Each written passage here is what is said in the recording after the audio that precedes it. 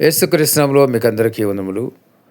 మనోదుఃఖం వలన ఆత్మ నలిగిపోయిన దేవుని వాక్యం సెలవిస్తుంది. చాలామంది హృదయాంతరంలో దుఃఖం ఉంటుంది, బయటకు చెప్పుకోలేరు.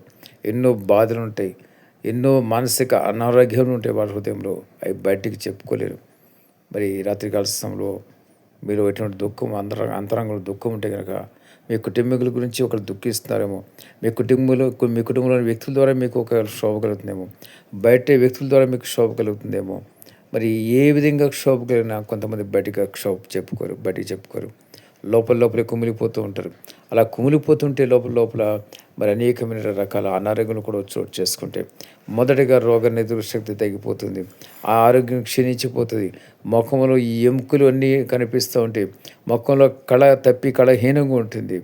అందుకనే సంతోష హృదయం మోహం మనకు తేటనిచ్చిన దేవుని వాక్యం చూస్తాం. సంతోషం లేని ముఖాలు ఎవరి ముఖాలైనా సరే వాడిపోయిన ముఖాల్లాగా ఉంటాయి. కాబట్టి జ్ఞాపకం చేసుకోండి. మరి దేవుని దగ్గర రండి. దేవుడు పరిశుద్ధపరుస్తాడు, పవిత్రపరుస్తాడు. మీకు ప్రతి పాపం దేవుని దగ్గర ఒప్పుని విడిచిపెట్టండి. ఆయన క్షమిస్తాడు, పరిశుద్ధపరిచి పరలోక రాజ్యాన్ని వారసుగా చేస్తాడు. మీ పాపాన్ని ఎప్పుడైతే హృదయపూర్వకంగా ఒప్పుకుంటారో, ఎప్పుడైతే హృదయంలో పశ్చాత్తాపం కలిగి ఉంటారో, నేను చేసిన తప్పును గ్రహించడమే మరి పశ్చాత్తాపం. కాబట్టి మీరు తప్పును గ్రహించండి, ఇది నేను చేసిన పొరపాటుని గ్రహించండి.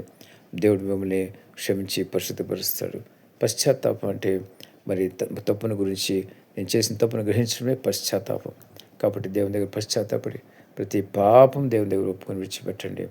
దేవుడు కనికరిస్తాడు, పరిశుద్ధపరుస్తాడు, పరలోక రాజ్యానికి వారసులుగా చేస్తాడు. మరి మీతో ఆయన జీవిస్తాడు, మీతో ఆయన ఉంటాడు. మీరు దేవునికి ఇష్టమైన జీవితం జీవిస్తున్నప్పుడు, పరిశుద్ధంగా పవిత్రంగా జీవిస్తే కనుక మీ వెంటే ఆయన ఉంటాడు. మీకు అన్ని బాధల నుంచి విడుదల దయచేస్తాడు. గొప్ప సంతోషం, సమాధానం, నెమ్మది కలుగుతుంది. మునుపటి వాటిని అన్నింటినీ జ్ఞాపకం మరి రాకుండా చేస్తాడు దేవుడు. వాటన్నిటిని కొట్టివేస్తాడు. ఒక నూతనమైన హృదయం, ఒక నూతనమైన ఆలోచన మీకు దయచేస్తాడు. ఒక హోప్ని దయచేస్తాడు.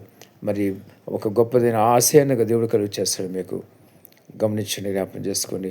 జీవితంలో ఏదో పోయింది, ఇంకా నేను ఎందుకు పనికిరాను అనుకుంటారేమో. ఖచ్చితంగా దేవుడు పైకి లేవనెత్తాడు మిమ్మల్ని. జిగటగల మన్ను ఊబిలో నుంచి దేవుడు మేము బయటికి లాగుతాడు. ఆ యొక్క సాతాను ఊబి నుంచి బయటికి లాగుతాడు.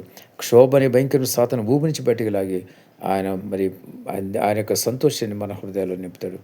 గమనించండి, ప్రతి ఒక్కరు జ్ఞాపకం చేసుకోండి. రాత్రికాల సమయంలో సంతోషంగా ఉండడానికి ఇష్టపడితే కనుక దేవుని దగ్గరికి వచ్చి మొరపెట్టి అడగండి. ప్రభువా నన్ను క్షమించండి, దేవుని దగ్గర అడగండి. చేసిన పొరపాట్లు తప్పులని క్షమించండి, దేవుని దగ్గర మరి ఒప్పుకొని విడిచిపెట్టండి. అప్పుడు మీకు కావాల్సిన గొప్ప సంతోషం, సమాధానం, మరి సమృద్ధి అనుగ్రహించి ఆరోగ్యం కూడా దేవుడు మీకు మెరుగుపరుస్తాడు. దేవుడి మాటలను దీవించాల్సి గాక. ఆమేన్.